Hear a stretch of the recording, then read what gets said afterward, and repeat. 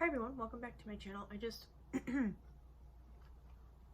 scarfed down something quickly to eat. I'm heading over my new man friends soon for like a sleepover, but with the dog and everything. But I needed to eat something really quickly. So if I'm talking funny, that's why. Anyway, so this video is not going to be the video I keep bringing up and talking about, which would be my Fool's Journey updates. I will be doing that shortly, and I'm gonna probably combine the Hierophant and the Lovers into one video. It'll be a little bit longer probably, but whatever. Those are the kinds of videos I enjoy making, and if you enjoy watching them, then cool. Fred is looking for a bone, so give me a sec. Okay, I'm back. Yeah, he couldn't find his bone, so he's got to be chewing on that since I'm speaking to the camera. I really will never understand why he does that, but that's neither here nor there. So this video, actually, I wanted to kind of talk about my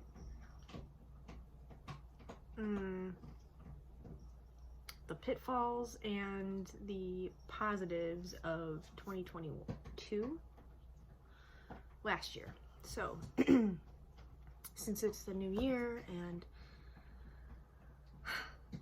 there have been significant changes in my life over the last 2 years. This past year specifically, I wanted to kind of chat about it a little bit. So I went through a massive shift in like basically I had a mental breakdown kind of at the end of 2021 and beginning of 2022. It was kind of like a slow build, and then my boyfriend at the time, we were living together, he kind of just started to distance himself, which made everything worse because a lot of what I was dealing with was a lot of inner child wounds. So there had been an event that happened last November of 2021, and it shifted my reality in such a way that I remembered all of the memories that I had kind of repressed over the years at one single time, like consecutively over a matter of a few days. Like they just kept coming and coming and coming and coming and coming, and it was very difficult to deal with. I haven't even touched my journals from that era yet. I am so not ready to look at them because I don't want to know, I don't want to remember how I was thinking and what I was going through, because I can remember, but I don't want to remember like the exact thought process right now, if that makes sense. I don't know. Anyone who's gone through any sort of, I don't want to call it a psychosis, but I suppose this could be considered some sort of psychosis episode. I don't know, but I was basically going through a lot of inner child healing that had been ignored over the last 30 years, pretty much. There were a lot of realizations, a lot of boundaries that I needed to set hard and fast, and immediate boundaries that needed to be set with my family members. And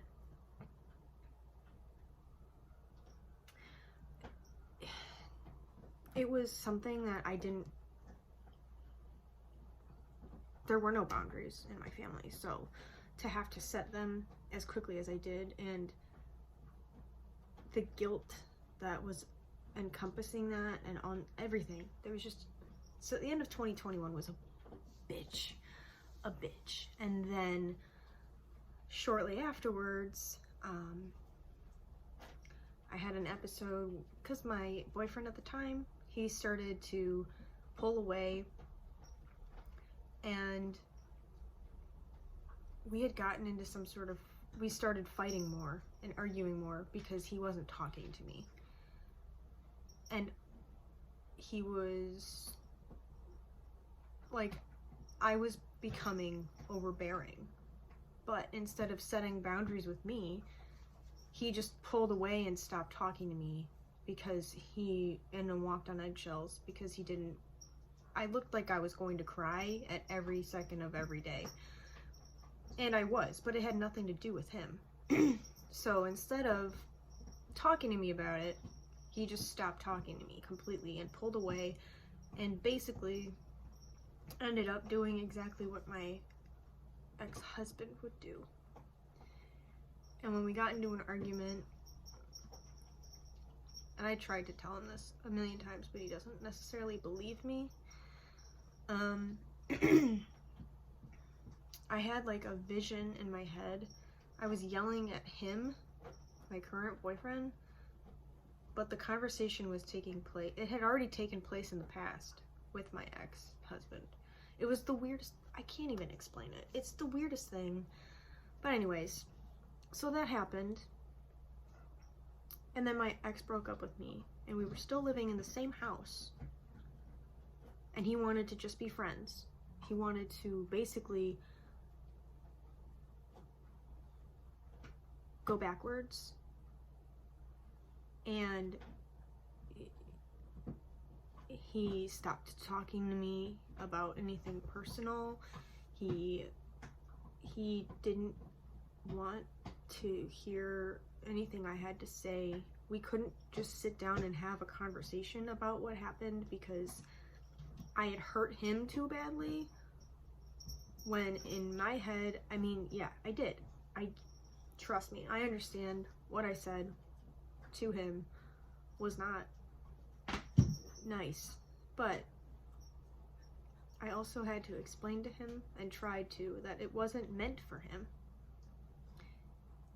And instead of trying to be any sort of understanding and trying to be a loving partner, he abandoned me, essentially. He dumped me, and he would argue that that wasn't what happened. And that's fine. That's his perspective. Everyone is entitled to their own opinion and perspective. But from my perspective, he was just adding salt to the wounds that I was already trying to deal with and heal from. So not only was I dealing with losing half of my family, I'm sorry, I didn't realize I was going to get emotional in this video. Not only was I dealing with losing half of my family, I was also dealing with now losing what I thought was the love of my life.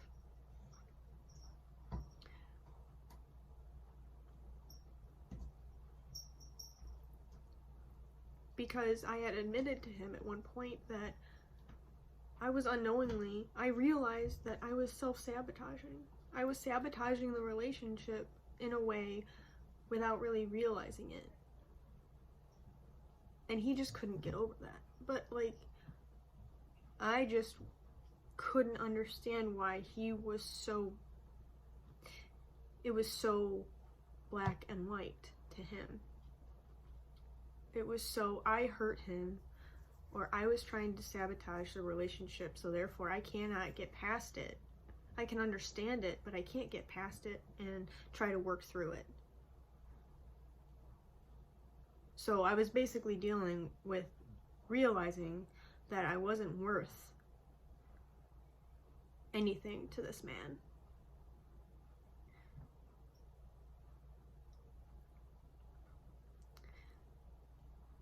Which, whatever, you know, but that was what I meant. I felt, that was what I dealt with the majority of 2022, was just trying to heal from this fucking incident.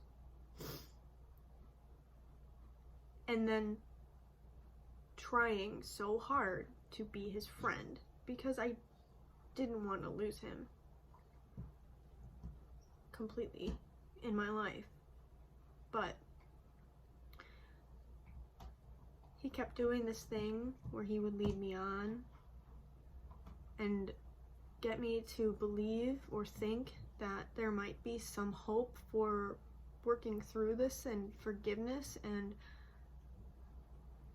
not even forgiveness per se, but just, you know, trying to work through this and have potential to try to start over again and be a partnership. He would do that, and he just kept dicking around with me like a good majority of the year. And because I was in such a vulnerable state, and because I was still so madly in love with him, it took me until almost Thanksgiving. It took me until Thanksgiving to realize that this will never work. He will never respect you. He will never truly be your friend, because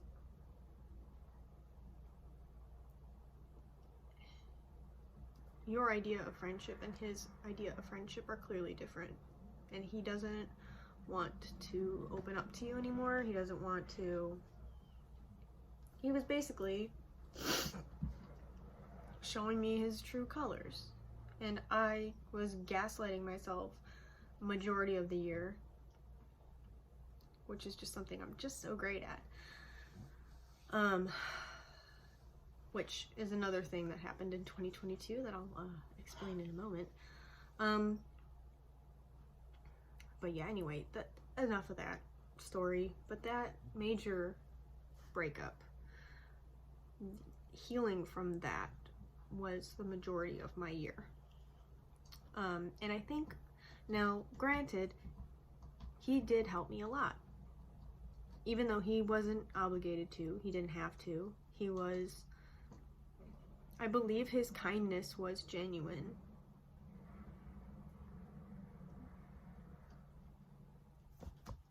But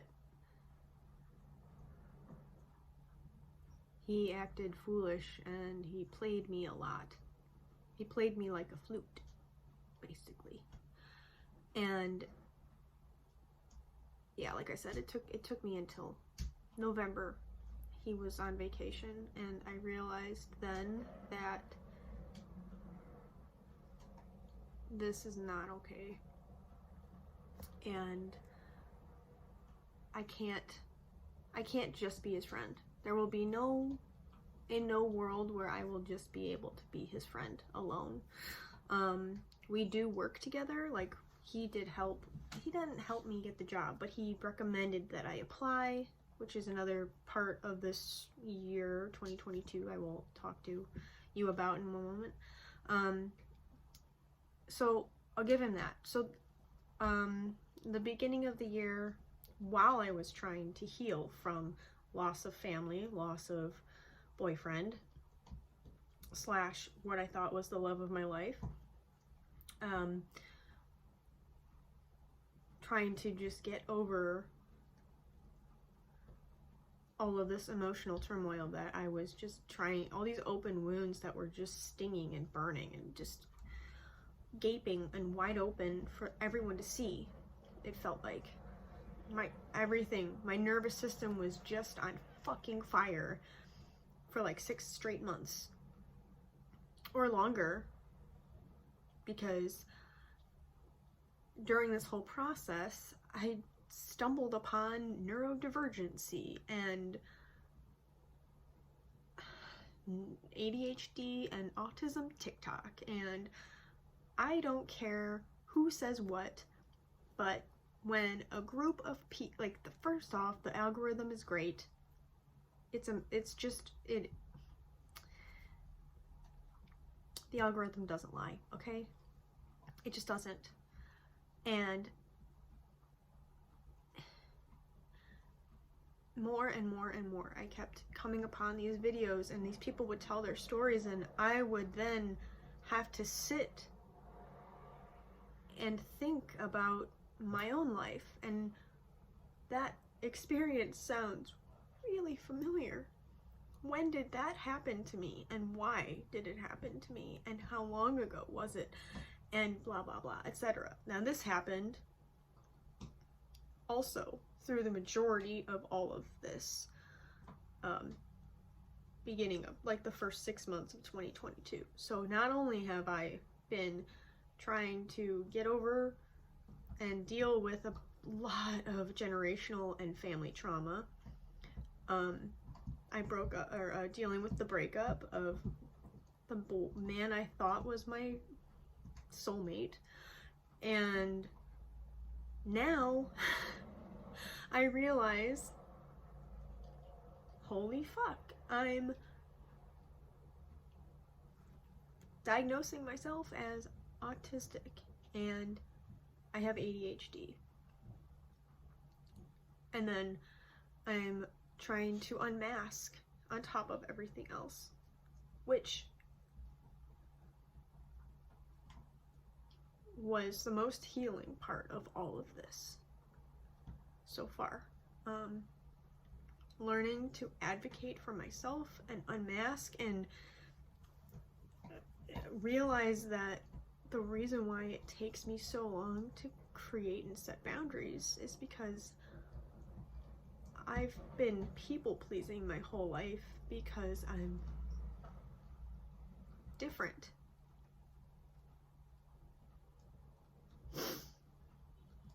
Because I'm different from everybody else, and I never understood why.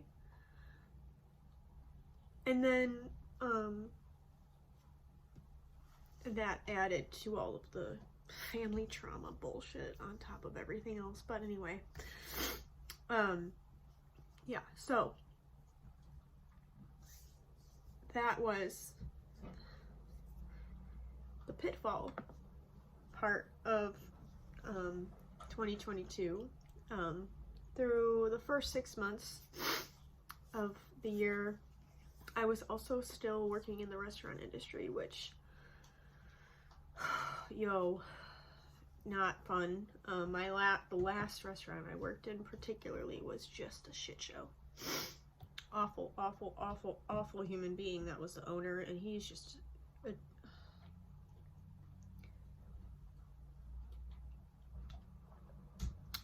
don't worry, it is a Miller Lite cup, but it's just water.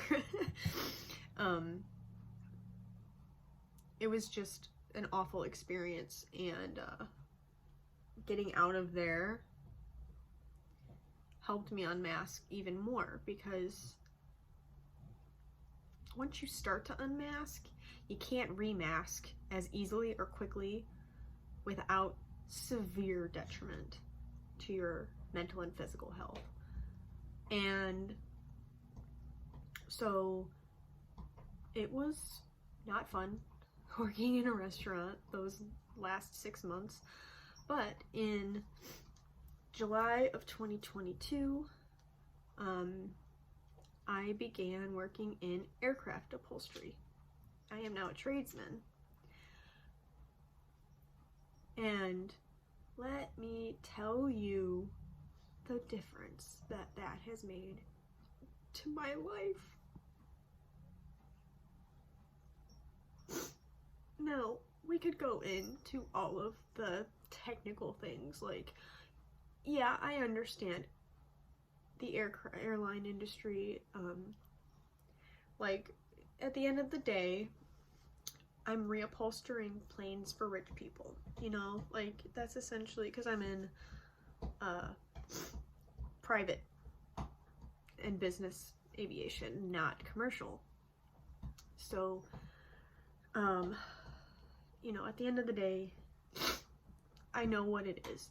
I'm just making things for rich people. It is what it is. It's America. That's what we do here. So, excuse me.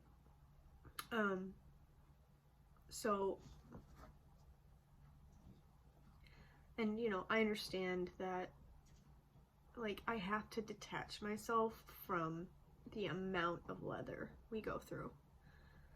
Real Italian leather. And the amount of it is astronomical. And the way that it has to get treated for aircraft use and all of this other crap, it's just not great for the environment. I'm aware of that. Aviation in general, not great for the environment. I understand that. But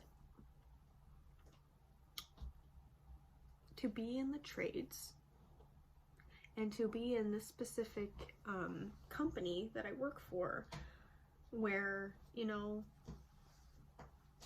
I have to still deal with sexism. That's just part of being in a trade and aviation. But it's not nearly as bad. Minimal, very minimal. And I'm in a mental state where I can position myself better. I can advocate for myself. I will stand up for myself now. And I won't take any shit. And I'm also not being inundated by bosses that will just do anything or say anything to get under your skin, or they won't gaslight you. They don't. It's very, very different. So I'm working with a bunch of other neurodivergent people, essentially, because in the trades, that's pretty much what you're dealing with. Is everyone is neurodivergent, including management, because they were all a tradesman at one point. They choose management for their own reasons, you know. And as opposed to working in a restaurant industry where you're just dealing with a bunch of narcissists and just a bunch of people who don't give a fuck and have no empathy for anybody and don't care about anyone but themselves and the company making money. So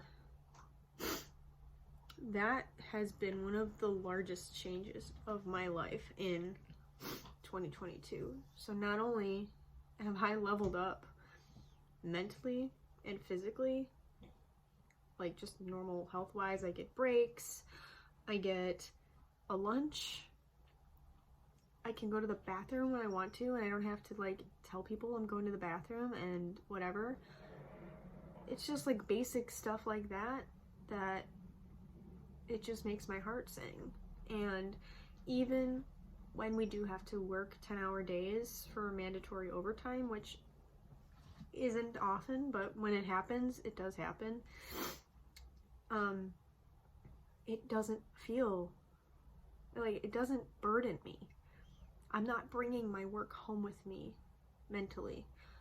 I do like to utilize the scraps and stuff. Sometimes we go through so much, it's hard to justify bringing home that much leather. But I do, like, you could see I've got a roll there.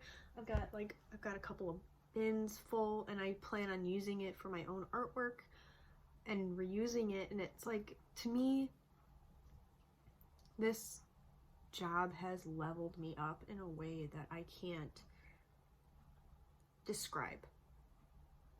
I'm finally in a better position in my life. And it's just crazy to me, honestly. It didn't really dawn on me how much my marriage was holding me back until I got out of it. And even while I was out of it, I was still, you know, briefly living with my parents and then living with this partner. And then now that I'm alone, living by myself, I'm now inviting a new man friend into my life, and so far so good. It's been great. It's very healthy. We both have our own places. We both have our own pets, our own responsibilities, our own lives. and we've been making space for each other. And that happened in the very tail end of 2022 leading into this new year. And I think that that is significant.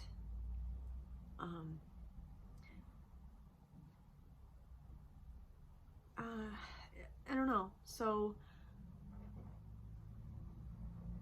it's been a wild ride. And, you know, like, I'm in a mindset with this new budding relationship that, you know, things are wonderful right now. They're great. They're perfect. You know, I'm so sorry. There's a plow shoveling outside, so if you can hear that, I'm sorry. It is still stupid fucking hot in my 3rd floor apartment, so my window is open a little bit. But with that being said, overall 2022 was a fucking shit show. But I have to recognize the wonderful things that did happen. You know, my ex-boyfriend's mother is still, she sees me as one of her own daughters. Sorry. Which is wonderful, because my relationship with my own mother is completely fractured. And then my relationship with her mother, my grandmother, is also, like, this is the generational trauma I'm talking about. Like, that maternal line is gone. Like, it's not gone, but you know what I mean. It's like, and then, like, and my relationship with my dad is fractured now because of my mom. And it's just, same with my siblings.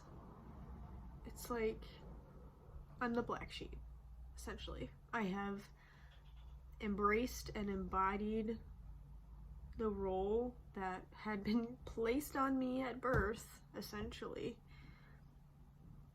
But it was always pushed off onto other people briefly, so I never felt the full effect of it until I decided to officially step away and no longer attend family events on my mom's side or speak to anyone on my mom's side. And it's been hard. You know, like, accepting the black sheep role is very hard. And I'm sure anyone watching this video who follows me at all, you might have similar, that's so obnoxious, I'm so sorry. You might have similar stories. I know, the person I love the most on all of YouTube, besides, there's a couple, but the witch I love the most is probably Kellyanne Maddox. She's been one of my,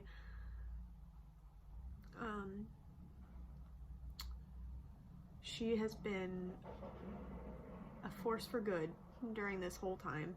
She's helped me so much because I know she's dealt with the same things. She has plenty of videos on it, so please go check her out if you haven't. Yeah, I know this video is a little long, sorry. But yeah, I'm doing well. I'm still healing, of course. There's still always healing to be done. I'm keeping up with my journaling practice. I'm doing a 30-day yoga challenge, which I'm doing through Yoga with Adrienne. So if you're, you know, interested in that, she's doing it right now. I think we're on, at the time of filming this, I believe we're on day 13. So, you know, day 13, day 14 is coming up. could still make it halfway through, and those videos are always there for you to rewatch and do on your own time. I know, I'm sorry, I'm plugging a lot of other people, but I don't care. I love them, and they've helped me a lot through all of this journey. And I just want to say and close out this video with, if you're healing from something, recommend journaling. Highly recommend it. Brain dumping every single morning, or whenever I got too into my head. The journal was attached to my hip for a long time, for months on end, and I just wrote and wrote and wrote pages and pages and pages and pages and pages upon pages, memories and theories, and I just allowed myself that space, because if not, I would have fallen into repression territory, and I've already been there, done that. I basically did that my entire adult life, was repress all of the shit that happened when I was a kid.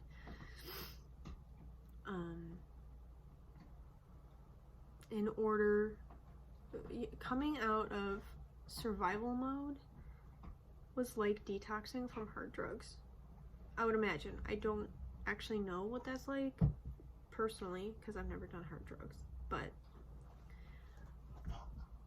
I can imagine from what I've read in psychology books and, you know, just like general drug books and things like that, I can imagine that detoxing from a hard, illicit, whatever, drug would feel similarly to your nervous system going into overdrive. And it's hard, but things are looking up for this new year, and I'm, for the first time in my 33, almost 34 years of life, I'm looking forward to actually living. I didn't think I'd be alive this long, to be honest with you, so the fact that I'm still here,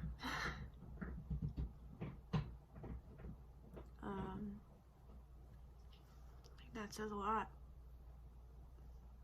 and I'm giving myself props for that. So,